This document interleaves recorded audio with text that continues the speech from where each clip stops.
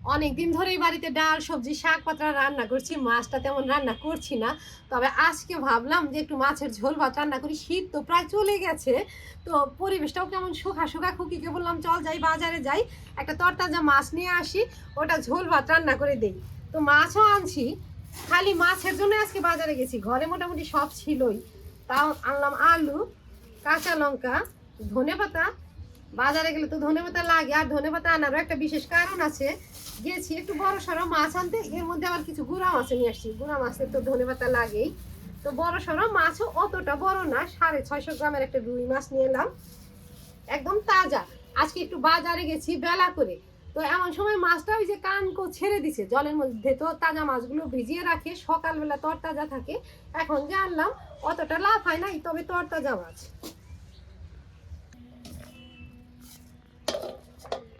এই ওটা চাপা পড়বে না? না রে, ওটা বলে চাপা পড়বে। গুঁড়া মাছগুলো ঢালি তাড়াতাড়ি, গুঁড়া মাছগুলো না ঢাললে প্লাস্টিকে থাকলে আর ওই নষ্ট হয়ে যাবে। গুঁড়া মাছ তো এমনিতেই মলা আনছি, আর পাশে কয়েকটা কাকিলা মাছ ছিল, কাকলা মাছ। আমার খুকি ওই যে ওখানে একটা চলে গেছে। হ্যাঁ নেই, এই মাছ তো তেমন খুকি একটা খায় নাই, বা আমরাও এনে দিতে পারি নাই। বেশিরভাগই তো রুই কাতলা মাছ আনা হয়। তবে আজকে মলা মাছ আনলাম। সাইডে এই কয়টা মাছ ছিল, আমি দাদাকে বললাম, মাছলা দাদাকে, যে ওই কয়টাও দিয়ে দেন। তো দেখি ওজন করেই দিল, এটা 250 গ্রাম, আর এটুকু মিলে 300 গ্রাম হয়েছে। বাজারে আসছি, চেঞ্জ করি না, একদম স্নান টান করেই বাজারে গেছি। আর বাজারে সরাসরি গিয়ে খালি মাছই কিনলাম, টোটোতে গেলাম, টোটোতে চলে আসলাম। মাছগুলো আগে কেটে বেছে ধুয়ে পরিষ্কার করে নেই, তারপরে ঠিক করব কোনটা দিয়ে কি রান্না করব। কোনটা দিয়ে কি বলতে কি, মাছের তো আজকে কোনো সবজি টবজি আনি নাই। গুঁড়া মাছ যদি রান্না করি টমেটো ধনেপাতা দিয়ে করব, আর বড় মাছ করলে আলু দিয়ে ঝোল করব, ধনেপাতা কুচি ছড়িয়ে। যাই হোক, আগে মাছটা কেটে নেই। উনান থেকে অল্প ছাই নিয়ে যাই।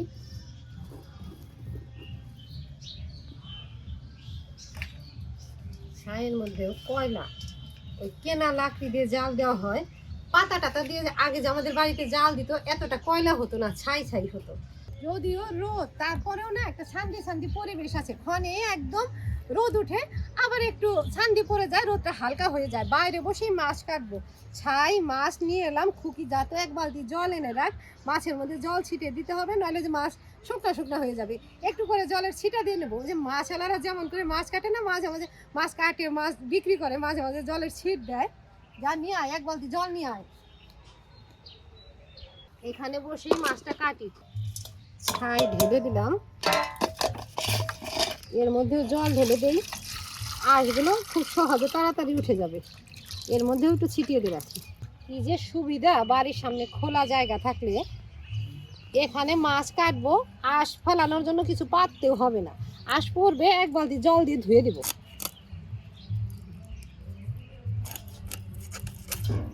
মাছের পাখনা টাকনাগুলো আগে কেটে নেই। আগে বড় মাছটা কেটে নেব, তারপরে গুঁড়া মাছগুলো কাটবো। গুঁড়া মাছ কাটতে একটু সময় লাগবে, আর বড় মাছের নাড়ি ভুড়িটা বের করে দিলে আর কোনো টেনশন নাই। মানে মাছ নষ্ট হওয়ার আর ভয় থাকবে না। ওই ভুড়ি যতক্ষণ থাকবে ততক্ষণই মাছের মানে একটু প্রবলেম। যাই হোক, তাড়াতাড়ি আঁশ ছাড়িয়ে নিই। আঁশ ছাড়ানো প্রায় হয়ে গেল।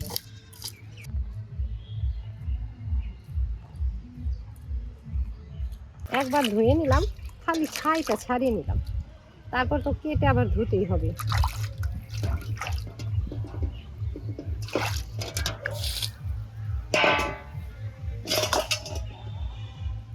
মাথাটা আগে কেটে নেই।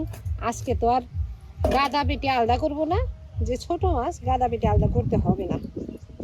ভুঁড়িটা বের করে দিই, ভুঁড়িটা বের করে দিলাম। ভুঁড়িটা ভালো আছে রে, পিত গলে নাই। আমি তো মাছ কাটতে সাধারণত পিত গলে না, একটু ঘাড়া ঘেঁষিয়ে কাটলেই পিত গলে না।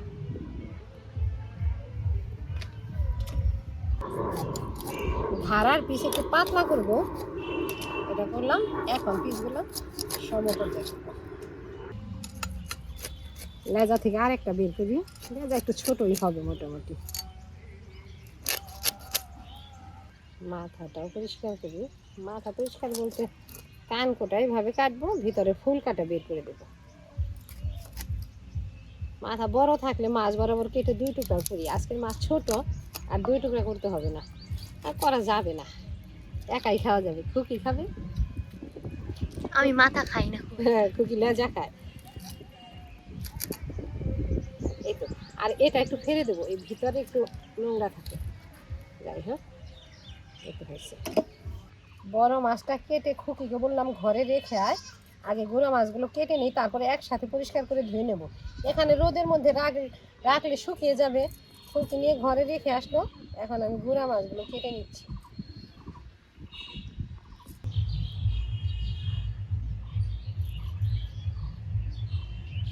এই তো মাছ কাটা প্রায় হয়ে গেছে, কয়েকটা মলা আছে, 3টা কাকিলা আছে। মাছগুলো কেটে নেব, কেটে কুটে লবণ দিয়ে ভালোভাবে পরিষ্কার করে ধুয়ে নেব।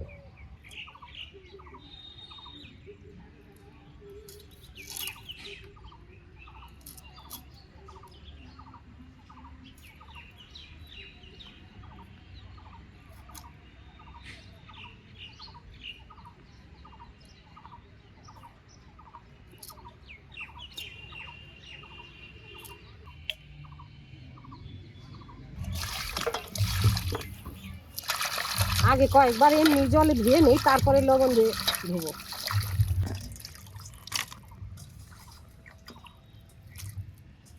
লবণ নিয়ে যা তাড়াতাড়ি। কয়েকবার খালি জলে ধুইছি, এখন লবণ দিলাম। এই যে এমন করে এই যে এমন এমন করলেই মাছের উপরে যে ছোট ছোট আঁশ আছে ওগুলো উঠে যায়। লবণ দিয়ে কষলানোর পরে জল দিয়ে কয়েকবার ধুয়ে নেবো, তাই পরিষ্কার হয়ে যাবে। মাছের মধ্যে না এইসব মাছের তেল আছে, ওই ধোয়ার সময় হাত একদম তেলা তেলা হয়ে যায়।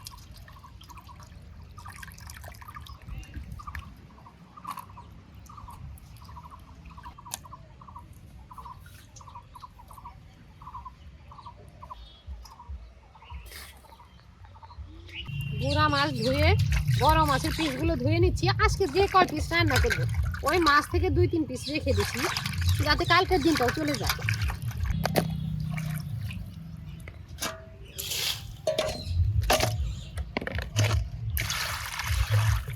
যতটুকু রান্না করবো এই ট্রের ওপরে নিচ্ছি, এগুলো এখন নুন হলুদ দিয়ে মেখে নিই।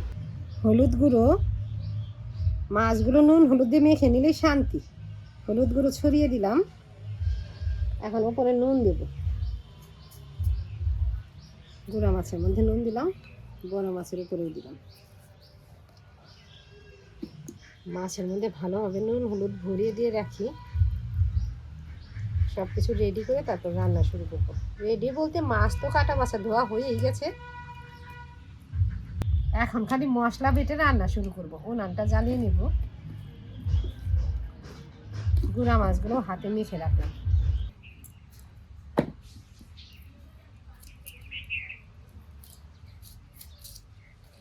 আলু, পেঁয়াজ, রসুন, আদা, কাঁচা লঙ্কাও বেছে নিচ্ছি।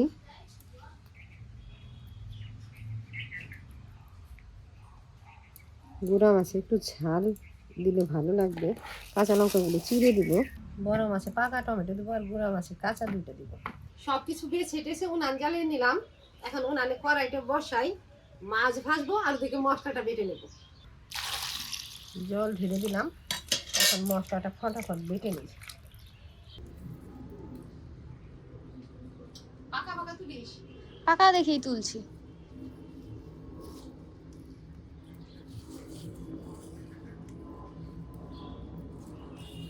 রুই মাছে পাকা পাকা লঙ্কা আর আদা বেটে দেব। আদা পাকা লঙ্কা একসাথেই বাটবো। গুঁড়া মাছে কোনো বাটা মশলা দিবা না? না, বাটা মশলা দেব, রসুন পেঁয়াজ বাটা দেব, আদা পাকা লঙ্কা বাটা দেব না। কড়াই গরম হয়ে গেছে, কড়াইতে এখন সর্ষের তেলে মাছগুলো ভাজবো। তেল দিলাম, তেল বেশি করেই দেব, এই তেলেই ফোড়ন দেব। তেল গরম হয়ে গেছে, মাথা, লেজা আর লেজার কাছে পিস এগুলো আগে ভাজি।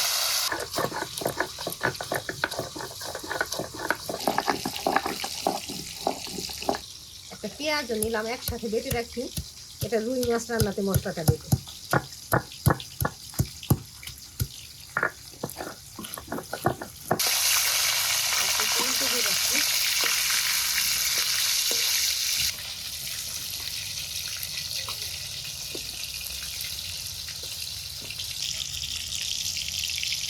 মশলা শুধু বাটিতে নামিয়ে দিলাম।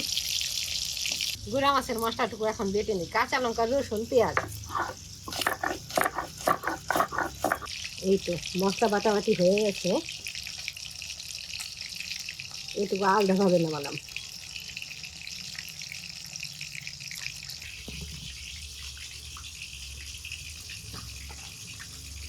প্রথম কড়াইয়ের মাছগুলো ভাজা হয়ে গেছে, নামিয়ে তুলে রেখে আর কয় পিস আছে ওগুলো ভাজবো।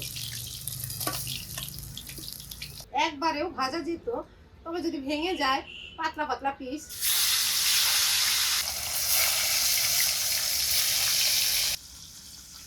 গুঁড়া মাছের টমেটোটা কুচি করে পলে কেটে নিব। দুটো টমেটো কেটে নিয়ে এখন পেঁয়াজ কেটে নিই।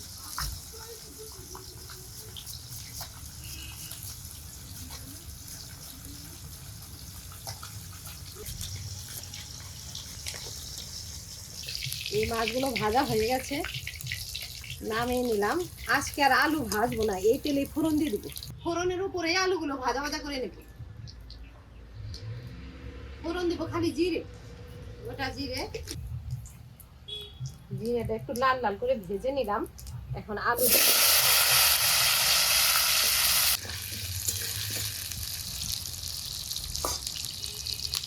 আলুগুলো তেলের মধ্যে একটু গড়িয়ে নিলাম। এখন বাটা মশলা দিব, আদা, পেঁয়াজ, পাকা লঙ্কা বাটা,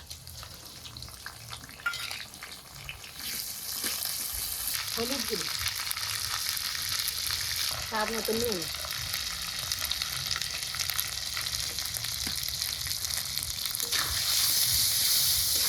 নেড়ে চেড়ে দিলাম। এর উপরে ধনে গুঁড়ো দেবো, ধনে গুঁড়ো, লঙ্কার গুঁড়ো অল্প জলে গুলে দিব। মশলার উপরে জলও দেওয়া হয়ে গেল, মশলাটাও দিয়ে দিলাম। এখন একসাথে ভালোভাবে কষিয়ে নেব। একটা পাকা টমেটো কেটে নিচ্ছি, এটাও দিয়ে দিলাম। এখানে গুঁড়া মাছের জন্য সবকিছু কেটে রাখছি, সবকিছু কেটে বলতে টমেটো, পেঁয়াজ, কাঁচা লঙ্কা। এটা এখন লবণ আর মশলা বেটে রাখছি, ওটা দিয়ে মেখে চুকে মাছ সহই মেখে রাখবো। এই বড় মাছের ঝোলটা নামিয়ে এটা বসিয়ে দিব। স্বাদ মতো লবণ দিলাম, পেঁয়াজ, রসুন, কাঁচা লঙ্কা বাটা, হলুদ গুঁড়ো, সবকিছু ডলা দিয়ে এখন মেখে নেই। এটা মাখাতেই স্বাদ, ভালোভাবে মাখলেই অর্ধেক রান্না না ফুল রান্নাই হয়ে যাবে। কাঁচা টমেটো তো এমনি খাওয়া যায়। মাখা হয়ে গেছে, কড়াইয়ের তরকারিতে ঝোলটা দিয়ে নিই, তারপরে মাছগুলো ছড়িয়ে দিই। মশলাটা একদম ভালোভাবে কষানো হয়ে গেছে, এখন ঝোলে জল দিব। ঝোলের জল দিলাম। এখন মাখানো মাছটা উপরে ঢেলে দিলাম। সর্ষের তেলের কোটাটা দিয়ে দেবো, তুই বোতলটা এই না, তেল দিয়ে দিব।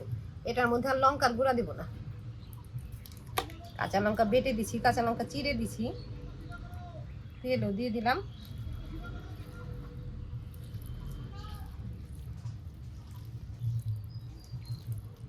আমি তো এটা কড়াইতে বসিয়ে একটু জল দিব, সরাটা ধুয়ে এভাবে রান্না করব। এটা যদি কলা পাতায় রান্না করা যেত ভালো লাগতো, তবে কলা পাতা তো নাই, এখন আগে থেকে জোগাড় করা নাই। ঢাকা থাক।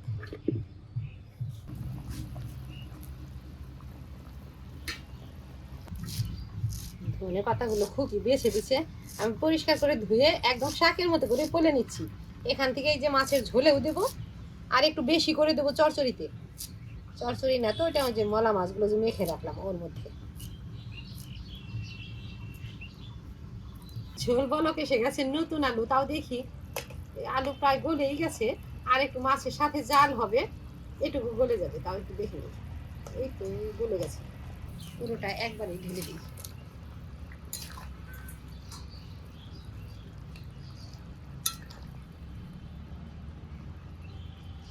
মাছ দিয়ে কিছু সময় জাল করে নিলাম।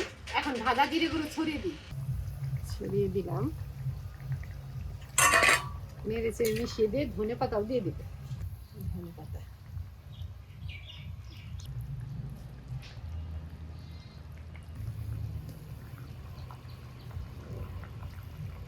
মাছ ভাজার বাটিতে ঢেলে দেবো, রান্না হয়ে গেছে।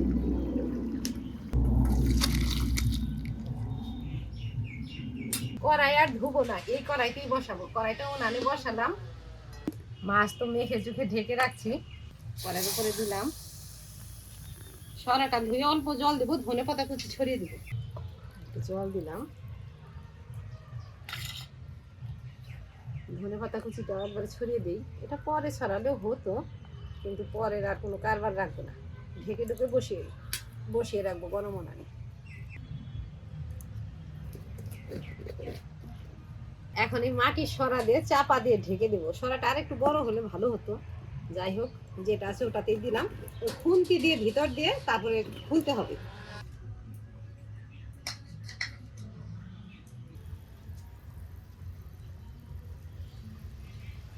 বলক এসে গেছে, এখন ঢাকনাটা খুলে দিব। খুলে দিয়ে একটু নেড়ে চেড়ে দেবো।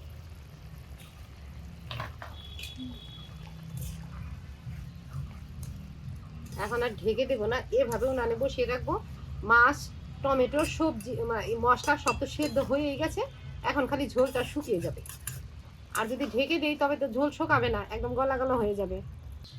কি যে ভালো একটা গন্ধ বেরোচ্ছে, গন্ধ বললে ভুল হবে, সুবাস বের হচ্ছে, একদম সুবাস, জিভে জল এসে যাচ্ছে। একেবারে শুকিয়ে গেছে, তবে একদম খড়খড়া হয় নাই, একটু মাখা মাখা আছে। এখন নামিয়ে দেবো।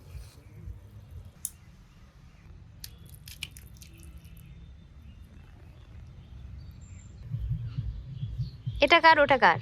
এটা তো তুই তো মাছ না ভেজে রান্না করলে তেমন একটা পছন্দ করিস না। আমি সব চচ্চড়ি দিয়ে। আমাকেও কাগজের থালে দিতা। কাগজের থালাতে একটা আনলাম, তোর হাত থেকে পড়ে যাবে দেখে। গুড়া মাছটা আমি নিলাম, আমি তো এটা দিয়েই খাবো। মাছ আনলেই খালি লেজা লেজা, তবে আজকে তো দেশি মাছ, একদম বসে বসে মাথাটা খাবি।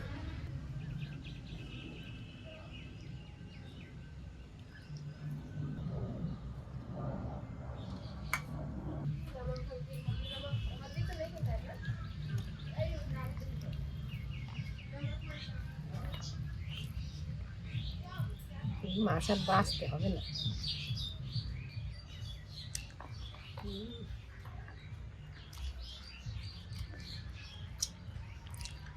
খুব ভালো হয়েছে।